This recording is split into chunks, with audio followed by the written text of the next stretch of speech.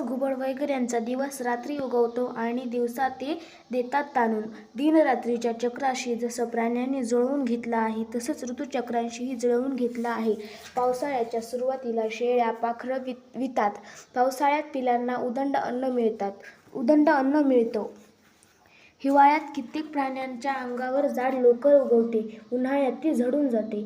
अति उत्तरेकडील किंवा अति दक्षिणेकडील कित्येक पक्षी हिवाळ्यात विषुववृत्ताजवळच्या उबदार प्रदेशात स्थलांतर करतात आणि वसंत ऋतूत पुन्हा मूळ देशी परततात.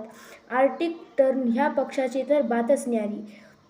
उत्तर ध्रुवाजवळ आर्क्टिक प्रदेशात थंडी पडली की हा उडत उडत थेट दक्षिण ध्रुवाच्या उबदार वातावरणात स्थलांतर करतो. पुन्हा 6 महिन्यांनी जेव्हा दक्षिण ध्रुवावर थंडी पडायला लागते तेव्हा हा पठ्या उत्तर ध्रुवाकडे झेपावतो. थंडीपासून बचाव व्हावा म्हणून काही प्राणी स्थलांतर करण्याऐवजी चक्क गाढ झोपच घेतात. अस्वल, खारी आणि तसेच अनेक प्राणी हिवाळा संपेपर्यंत गाढ झोपीत असतात. क्वचित थोडा वेळ त्यांची झोप चळवळते की पुन्हा ढाराढूर. ही निद्रा इतकी गाढ असते की शरीरांतर्गत चलनवलन अगदी जेमतेम चालू असतं. अंग तर गार पडलेलं असतं. शरीराचं इंजिन निव्वळ धुगधुगी धरून असतं. अलास्कातील एका बेडकाची शीतसमाधी असते जशी अशी की बर्फात याचाही घट्ट गोळा बनतो. पुढे ऋतुमानानुसार बर्फ वितळला की हा आपला जागृतावस्थेत टनाटन उड्या सुरू. माणूस शीत समाधी घेत नाही की स्थलांतर करत नाही. पण ऋतुचक्राचा फेरा आपल्यालाही चुकला नाही. वसंतात कोवळी पालवी फुटते आणि शिशिर ऋतूच्या आगमनाने एक एक पान गळायला लागते. गच्च पानांनी डेरेदार झालेली झाडं आता निश्चर्ण होतात. अमेरिकेत या ऋतूला फॉल म्हणजे पानगळ असं म्हणतात. असे नाव आहे. मग प्राण्यांना नवी लोकर उगवते आणि आपण लोकरीचे कपडे घालतो.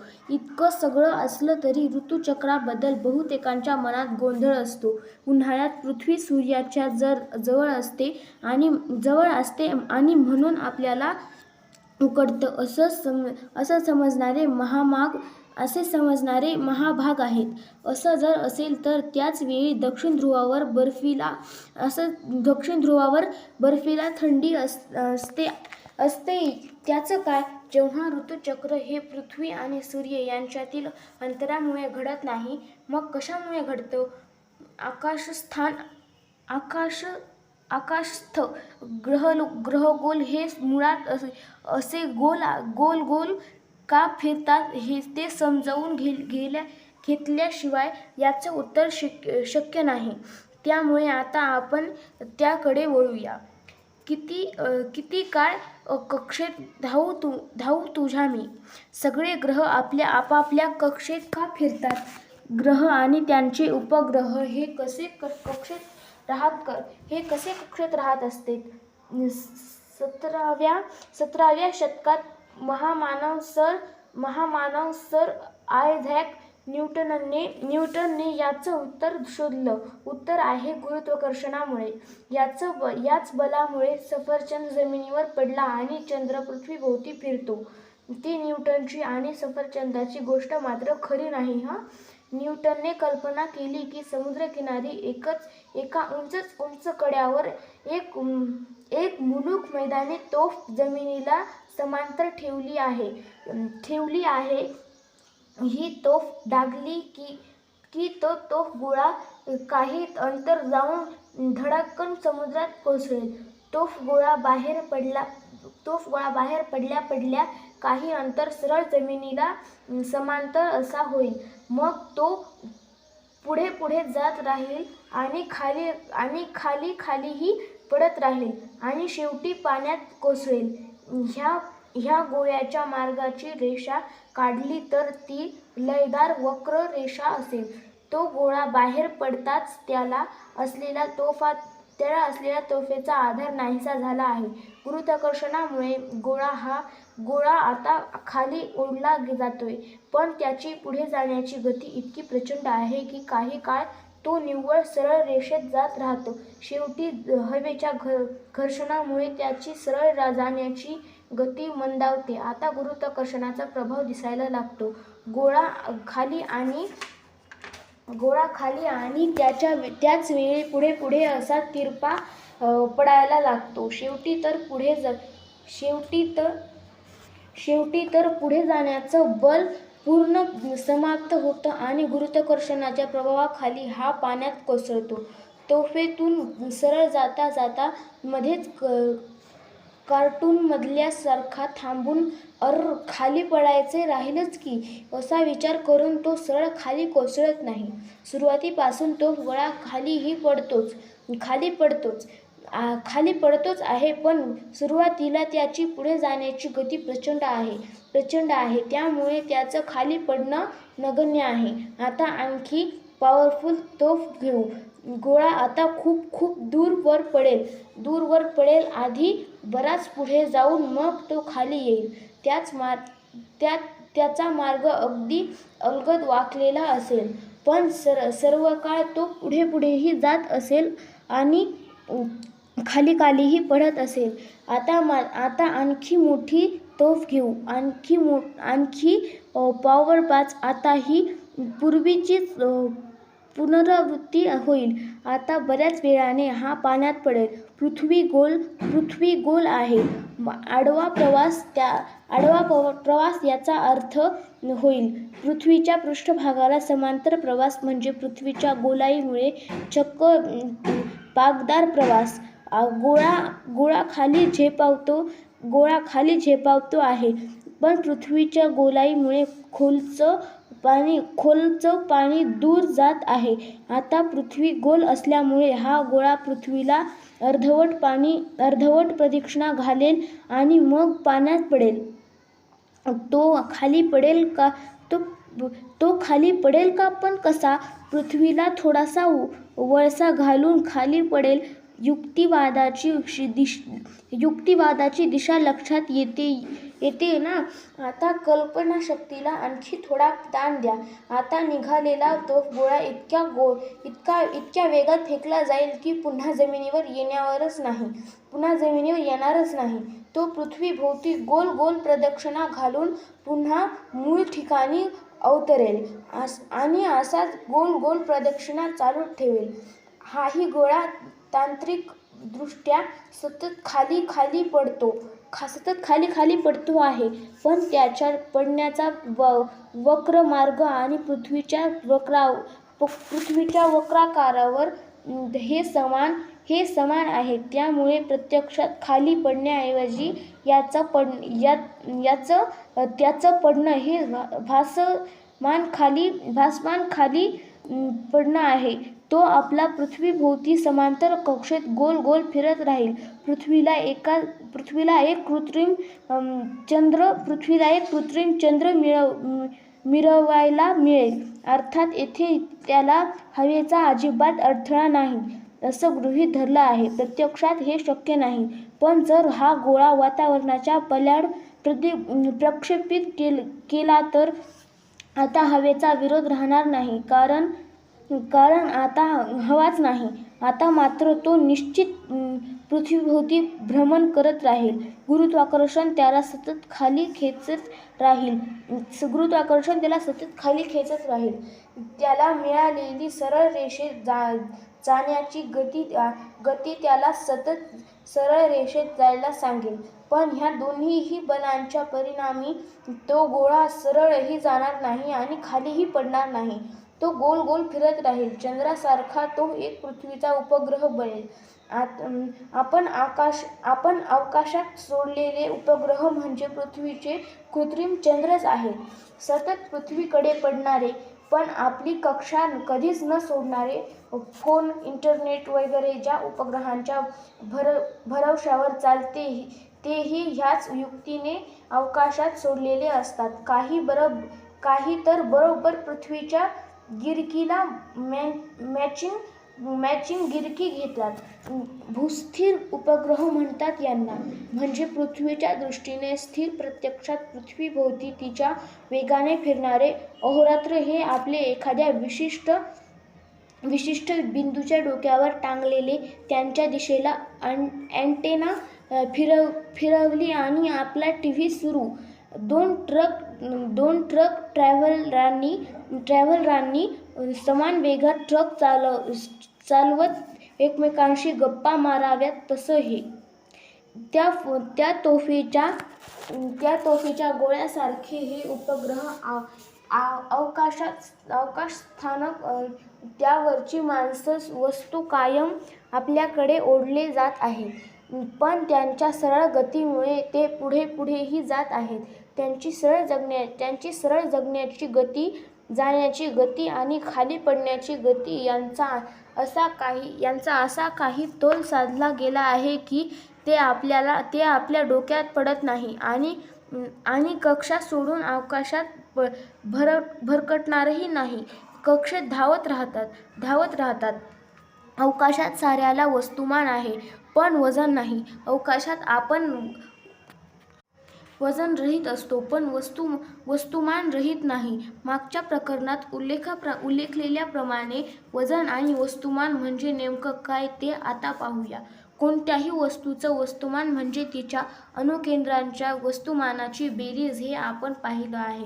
त्यामुळे अवकाशातील माणसातही अणू आहेत, त्यांना वस्तुमानही आहे. ते जेवढं इथे तेवढंच तिथे भरेल. वजनाचं तसं नाही. पृथ्वीवरील आपलं वजन म्हणजे इथल्या वस्तुमानाला पृथ्वी तिच्याकडे किती जोरात खेचते आहे ह्याचं मोजमाप आहे. त्यामुळे वजन हे मूलभूततः पृथ्वीच्या वस्तुमानावर अवलंबून आहे. त्यामुळेच आपलं वस्तुमान जरी तेच असलं तरी पृथ्वीवर, चंद्रावर आणि गुरूवर आहे. त्या गुरूवर आपलं वजन वेगवेगळं भरेल. चंद्रावर गुरुत्वाकर्षण कमी, सबब तिथे आपलं वजनही कमी. आणि गुरूवर गुरुत्वाकर्षण खूप जास्त, सबब तिथे आपलं वजन जास्त. काही टनात अवकाशस्थानकावरील वजन काट्यावर तुम्ही उभे राहिलात तर तांत्रिकदृष्ट्या पृथ्वी तुम्हाला ज्या काही अल्पशक्तीने खेचते आहे त्याच अल्पशक्तीने ते वजन काट्यालाही खेचते आहे. तुम्ही जसे सतत पृथ्वीवर पडत आहात तसाच तो वजन काटाही पडतो आहे. तुम्ही दोघंही त्याच वेगाने खाली पडत आहात. आठवा पिसाच्या मनोऱ्यावरील गॅलिलिओचा प्रयोग. पण ह्या भानगडीत तुमचा दाब काही वजन काट्यावर पडत नाहीये, म्हणून तुमचं वजन शून्य. तुम्ही वजन रहित जरी झाला तरी तुम्ही वस्तुमान बाळगून आहात हे विसरू नका. आपलं वजन शून्य बघून तुम्ही आश्चर्याने उडी मारलीत तर धडक्कन जाऊन छताला आपटाल. तुमचं वस्तुमान छताला धडकल्यामुळे इजाही होईल, टेंगुळही येईल. अर्थात खाली खेचणारी शक्ती नसल्यामुळे छत नेमकं कुठल्या बाजूच्या भिंतीला म्हणायचं हाही एक प्रश्न आहे. इतरही वस्तूंना वस्तुमान असेल पण वजन नसेलच. तोफेचा गोळा उचलून सोडून दिला तर तो काही तुमच्या पायावर आदळणार नाही, तो तुमच्या समोर तरंगत राहील. पण म्हणून तो फुग्यासारखा अतिशय हलका-फुलका आहे असं समज करून घेऊ नका. त्याला एक ठोसा लगावला तर हात चांगला सडकून निघेल. शिवाय तो गोळा जाऊन आणखी कशाला धडकेल, परत येईल, एकूणच प्रचंड गोंधळ माजेल. एखाद्या सरकारी आंतरजालावरचा कपाळमोक्षही होऊ शकतो. चांगली खोक पडेल. ह्या उलट एखादा टेबल टेनिसचा चेंडू टाकला तर तोही असाच अडकून तिकडे जाईल, कुठेही धडकेल. पण जशी इथे आपल्याला टेबल टेनिसच्या चेंडूने इजा होत नाही, तशी तेथेही होणार नाही. अवकाशस्थानकात तोफ गोळ्याचं आणि टेबल टेनिसच्या बॉलचं वस्तुमान वेगळंच राहील. वजन मात्र सेम असेल, म्हणजे 0 असेल. अंडाकृती कक्षा आणि गुरुत्वाकर्षणातून मुक्ती. त्या कड्यावरच्या तोफेची पॉवर आता आपण आणखी वाढवूया. काय होईल ते पाहण्यापूर्वी आपल्या केल्परच्या नियमांचा अभ्यास करायला हवा. जोहान्स केल्पर हा जर्मन वैज्ञानिक. न्यूटनच्या काही काळ आधी त्याने ग्रहांच्या कक्षेचा आकार हा गोल नसून लंबगोल किंवा अंडाकृती आहे असा निष्कर्ष मांडला. लंबगोल म्हणजेच ताणलेला गोल किंवा गोल म्हणजे आकसलेला लंबगोल. हा निव्वळ शब्दांचा खेळ आहे. मी सांगतो तसं करा किंवा निदान तशी कल्पना करा आणि तुम्हाला वरील वाक्य तंतोतंत पटेल. ग्राउंडवर खुंटी ठोकून दोरी बांधून काठीने गोल तुम्ही काढला असेलच. कल्पना करा की एकाच्या ऐवजी दोन खुंट्या आहेत आणि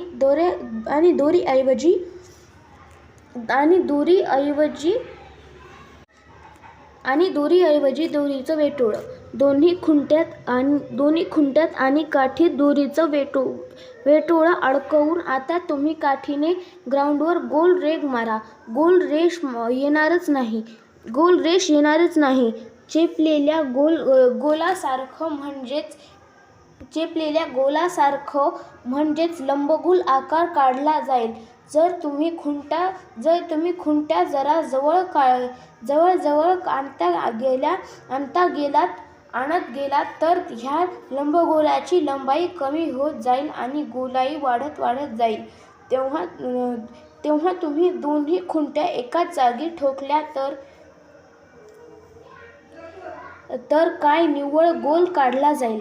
आधी काढला होता तसाच. एक वर्तुळ काढलं जाईल. खुंट्या लांब ठोकल्या की गेलेल्या जागी उमटतो लंबगोल आणि खुंट्या अगदी जवळ एकाच बिंदूजवळ ठोकल्या की लंबगोलाच्या जागी उमटतो गोल. म्हणून तर म्हटलं की लंबगोल म्हणजेच ताणलेला गोल किंवा गोल म्हणजे आकसलेला गोल. लंबगोल आणि त्या दोन खुंट्या लक्षात घेतल्या तर एक गोष्ट सांगते. सूर्याभोवती पृथ्वी आणि पृथ्वीभोवती चंद्र हे गोलाकार कक्षेत फिरत नाहीत, ते लंबगोलाकार कक्षेत फिरतात. चंद्राची पृथ्वीभोवती फिरणारी कक्षा लंबगोलाकार असते. त्यात पृथ्वी ही एका खुंटीच्या जागी असते. लंबगोलाच्या मध्यबिंदूवर नसते. दुसरी खुंटी हा निव्वळ एक काल्पनिक बिंदू असतो. ही कल्पना झेपत नसेल तर ठीक नसेल तर निव्वळ लंबगोल डोक्यासमोर आणा आणि पृथ्वी आणि लंबगोलाच्या मध्यावर नाही, हे लक्षात घ्या. त्यामुळे चंद्र हा कधी पृथ्वीच्या बराच जवळ येतो असं तर कधी लांब जातो. तर सूर्य, पृथ्वी आणि पृथ्वी कक्षा यांचंही नातं असंच आहे. त्यामुळे पृथ्वी ही सूर्याच्या कधी जवळ तर कधी लांब नसते. चंद्र पृथ्वीभोवती आणि पृथ्वी सूर्याभोवती एकाच ठराविक अंतरावरून फिरत असतात. गोल फिरत नाहीत, तर लंबगोल कक्षेत फिरतात. आपण पाहिलं की तोफ डागली की तोफगोळा खाली पडतो. जोरात सोडला तर पृथ्वीभोवती गोल फेऱ्या घालतो. आणखी जोरात सोडला तर तो गोल कक्षेत फिरण्याऐवजी लंबगोल फेऱ्या मारतो. आणखी जोरात गोळा सोडतात. आणखी जोरात गोळा सोडताच लंबगोलाची लांबी वाढत जाईल आणि पृथ्वीला वळसा घालून हा गोळा त्याच्या लंबगोलाकृती कक्षेत लांबवर फिरत राहील. तेथून पुन्हा वेगाने पृथ्वीकडे झेपावेल. असं चालूच राहील. पृथ्वी ही एका खुंटीच्या जागी आहे. आता कल्पना करा की हा गोळा आणखी जोरात डागला आहे. आता तो इतक्या वेगाने जाईल की लंबगोलाच्या दुसऱ्या टोकाला पोहोचताच पृथ्वीच्या गुरुत्वाकर्षणाचाही उपयोग होणार नाही. भेदूनी गुरुत्वाकर्षणा तो अंतराळात गडप होईल. त्याच गतीने सरळ रेषेत जात राहील. अन्य कुठल्या आकाशस्थ ग्रहगोलाच्या गुरुत्वाकर्षणाच्या तावडीत सापडेपर्यंत पृथ्वी सूर्याभोवती अशाच लंबगोल कक्षेत फिरते. पण हा गोल फारसा लांबट नाहीये. इतरही ग्रह असेच जेमतेम लंबगोल कक्षेत फिरतात. अपवाद प्लुटोचा. पण सध्या प्लुटोला ग्रह मानलं जात नाही. सूर्याभोवती फिरणारे धूमकेतू मात्र लांबच्या लांबाकृती कक्षेत फिरतात. येथे त्या खुंट्या खूप लांब ठोकल्या आहेत. सूर्य ही एक खुंटी आहे. दुसरी खुंटी अर्थात अवकाशातील एक काल्पनिक बिंदू. धूमकेतू जितका सूर्यापासून दूर तितकी त्याची गती संथ. सूर्यापासून लांब जाताना त्याची गती मंदावत जाते. सूर्यापासून सर्वात लांब बिंदूवर ती सर्वात कमी असते. तेथून वळून जसजसा तो सूर्याकडे वळतो तसतशी त्याची गती वाढते. सूर्याला वळसा घालताना ती सर्वाधिक असते. प्रचंड वेगाने तो पुन्हा कक्षेत भिरकावला जातो. तो धूमकेतू म्हणजे गोफणीतला दगड आहे जणू, आणि सूर्य जोरात गोफणगुंडा फिरवून त्याला दूर भिरकावून देतोय. पुन्हा एकदा दूर जाताना गती मंदावत जाते. हे असं चक्र अव्याहतपणे चालू राहतं. अंतराळज्ञ या गोफणगुंडा परिणामाचा वापर करून रॉकेटला लागणारं इंधन वाचवतात. शनीचा अभ्यास करण्यासाठी कॅसिनी यानं गेलं. ते सगळ्यात जवळच्या मार्गाने नाही गेलं. अतिशय चाणाक्षपणे या गोफगुंडा परिणामाचा जास्तीत जास्त फायदा घेऊन ते सोडण्यात आलं आणि आधी शुक्राभोवती, मग पुन्हा पृथ्वीभोवती, मग पुन्हा शुक्राभोवती असे ते वेढे घालत ते गेलं. असे वेढे घालता दरवेळी ह्या गोफगुंडा परिणामाचा उपयोग केला गेला. परिणामी ते फेकलं गेलं गुरूकडे. आता तर सगळ्यात मोठा ग्रह ह्याचा परिणाम चांगलाच जबरदस्त. गुरूने दे धक्का म्हणत हे यान शनीकडे भिरकावलं. पृथ्वी, शुक्र आणि गुरूने दिलेल्या या 4 धक्क्यांनी लांबवरून वळसे घेत जाऊनही हे यान कमी इंधनात शनीशी पोहोचलं. शनीची अफलातून कडी आणि त्याचे तब्बल 65 चंद्र यांच्या दशांनी अभूतपूर्व छायाचित्र आता आपल्याला येथे रोज पाहायला मिळतात. बहुतेक ग्रहांच्या कक्षा ह्या थोड्या लंबगोल आहेत. अपवाद प्लुटोचा. प्लुटो हा ग्रह म्हणवण्या इतका मोठा नाही असं आता सिद्ध झालं आहे. याची कक्षा ही खूप ताणलेला लंबगोल असावा अशी आहे.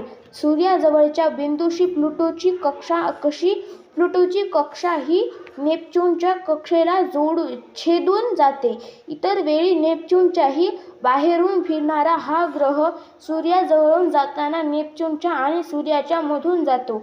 पण प्लुटोपेक्षाही लंबगोल कक्षेत धावणारे गोलक ग्रह आहेत. हॅलेचा धूमकेतू हे एक प्रसिद्ध उदाहरण. सूर्याजवळून जाताना हा सूर्यप्रकाशात उजळून निघतो आणि तेवढ्यापुरता आपल्याला तो दिसतो. त्याची कक्षा इतकी ताणलेली आहे की एक फेरी पूर्ण करायला त्याला 76 वर्षे लागतात. हॅलेचा हा धूमकेतू दर 76 वर्षांनी आपल्या जवळ येतो आणि पुन्हा 76 वर्षांसाठी नाहीसा होतो. 1986 साली माझ्या तान्ह्या लेकीला जुलिएटला मी हा धूमकेतू दाखवला. तिला काहीच कळत नव्हतं, पण मी आपलं हट्टानं तिच्या कानात कुजबुजलो. पुन्हा 2061 मध्ये हा येईल, तेव्हा तू हा बघशील कदाचित, पण तेव्हा मी नक्कीच नसेन. धूमकेतूची शेपूट म्हणजे धुळीचा लोळ, पण हा लोळ धूमकेतूच्या गतीमुळे उडत नाही. त्यामुळे आगगाडीच्या धुरासारखा हा मागे जाणारा धूर नाही. हा तर सूर्यापासून सुसाट सुटणाऱ्या सूर्यकणांच्या वाऱ्याच्या जोरदार फुंकरीमुळे उठलेला धुळीचा लोळ. ह्या सूर्यसमरीमुळे धूमकेतूचं शेपूट हे सूर्याच्या विरुद्ध दिशेला पसरलेलं असतं. त्याच्या गतीची दिशा कोणतीही असते. सूर्यकणांचा हा वारा शिडात भरून त्याच्या शक्तीवर अंतराळयान चालवण्याचे प्रयत्न आता चालू आहेत. एकेकाळी विज्ञान कल्पनेकेत आढळणारी ही कल्पना आता जपानी शास्त्रज्ञ सत्यात उतरवण्याच्या बेतात आहे. हा मार्ग बराच व्यस्त पडणार आहे. चला उभारा उंच शिडे, ती वर्गाने वरती कथा या खुळ्या अंतराळा. अनंत तुमची ध्येयासक्ती, अनंत अशा किरणा तुला पामराला. असं नव्या कोलंबसचं नवं गर्वित आता लिहावं लागेल. सूर्यकिरणांच्या त्या वाऱ्याच्या जोरदार फुंकरीमुळे उठलेला धुळीचा लोळ. या सूर्यसमरीमुळे धूमकेतूचं शेपूट हे सूर्याच्या विरुद्ध दिशेला पसरलेलं असतं. याच्या गतीने ऋतुचक्राकडे तिर्यक पृथ्वीची फिरण्याची कक्षा समजावून घेतली आपण. आता पुन्हा ऋतुचक्राकडे पाहूया. उन्हाळ्याच्या आणि पृथ्वीच्या सूर्याजवळ सर्वात नजीक असते आणि जानेवारीत तर आपल्याकडे कडाक्याची थंडी असते. पृथ्वीची कक्षा असा परिणाम दिसण्याएवढी ताणलेली नाही, हे लक्षात घ्या. ती जवळजवळ गोलच आहे. प्लुटोची कक्षा मात्र तशी आहे. प्लुटोचा उन्हाळा हा हिवाळा त्याच्या सूर्यापासूनच्या अंतरावर अवलंबून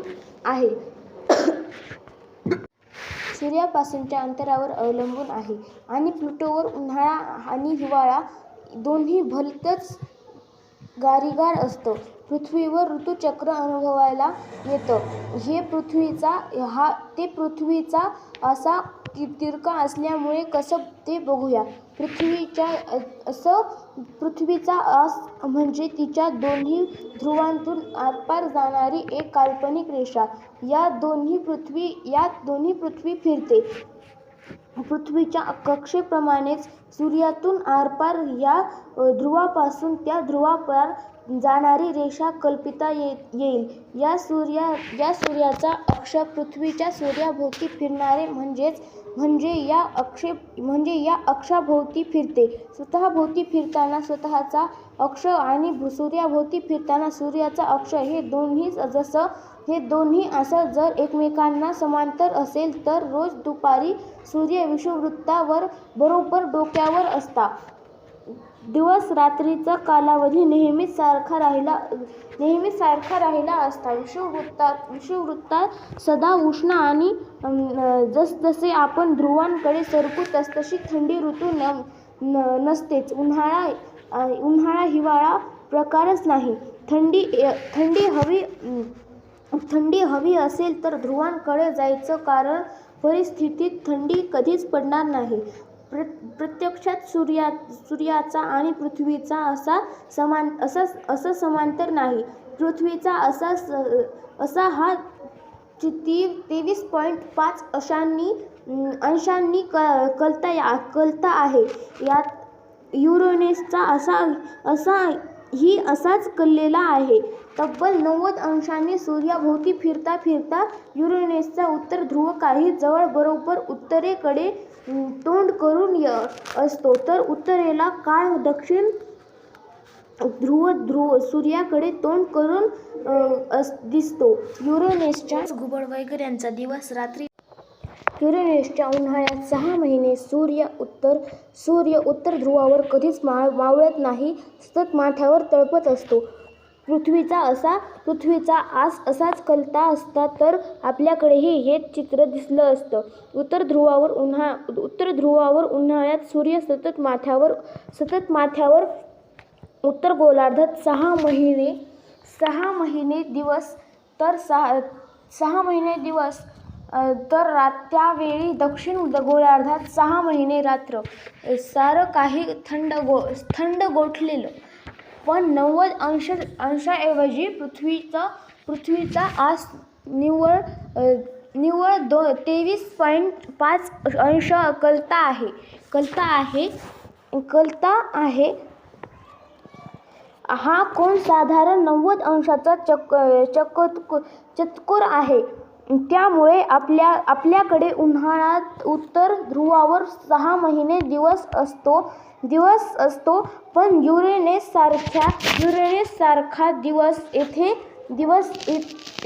सारखा येथे सूर्य माथ्यावर नसतो. सूर्य सतत क्षितिजावर निस्तेज असा तळपत राहतो, मिणमिणीत राहतो. अंटार्क्टिक वृत्ताच्या उत्तरेला उन्हाळा हा असा असतो. पहाटे पूर्व क्षितिजावर, दुपारी दक्षिण क्षितिजावर, संध्याकाळी पश्चिमेकडे आणि मध्यरात्री उत्तरेला हा असा सूर्य दिसतो. तेथून सरकत पुन्हा दुसऱ्या दिवशी पहाटे तो पूर्व क्षितिजावर दिसायला लागतो. आर्क्टिक वृत्ताच्या पल्याड गेलात की हेच चित्र अनुभवास येतं.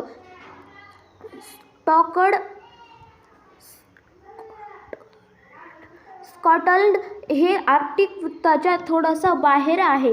येथे उन्हाळ्यात मध्यरात्री सूर्य थोडा वेळ मावळतो, थोडा वेळ रात्र पडते, पण या रात्रीही मिट्ट काळोख्या नसतात. संधिप्रकाश असतो, कारण क्षितिजापलीकडे बुडलेला सोन्याचा गोळा फार खोल बुडालेला नसतो. उत्तरेला हिवाळा होतो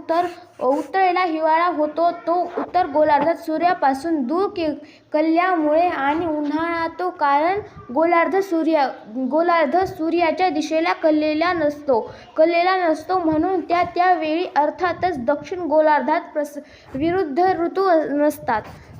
ऋतू नसतात. उन्हाळ्यात दिवस लांब होतो तर हिवाळ्यात रात्र लांब होते.